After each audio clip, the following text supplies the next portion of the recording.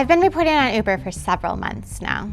My last article found that Uber received a report of sexual assault or sexual misconduct almost every 8 minutes. After the story published, I continued digging, and I found that Uber's guidelines in the majority of states allow drivers with serious or violent criminal convictions. This driver picked up a woman who was noticeably intoxicated. A security guard saw her. Her underwear was down almost to her knees. The driver admitted that he had had sex with her. He was later charged and convicted of sexual battery. Uber had screened the driver. He had 8 prior felony convictions.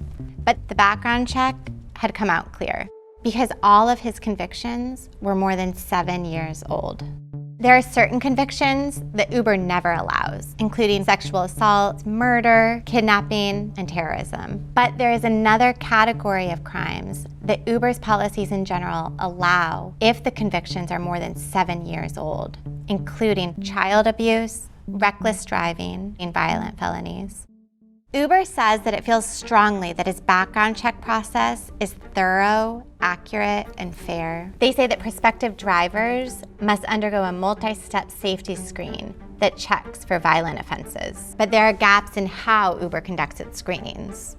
Uber works with a company called Checker, which is an AI-powered background check company. Checker offers different tiers of background checks for Uber. Service A costs $7.15 per check and is based on 7 years of a person's residence history. Service B costs $13.80 and reviews a person's entire residence history. Uber operates under a patchwork of different laws and regulations across the country. And so Uber only uses that more expensive option where it's required to by local laws. Internally, executives had acknowledged flaws about the background check process. In 2018, an Uber executive suggested that Uber upgrade its packages with Checker. But the upgrade would have cost $15.2 million each year, plus $16.8 million to review the people currently driving for Uber. People often call for an Uber when they're drunk. They fall asleep in the car. They could be otherwise vulnerable. Uber says that its rides are overwhelmingly safe, but I'd spoken with women who said that they were sexually assaulted by Uber drivers, and what they said is they thought Uber's policies put them at risk.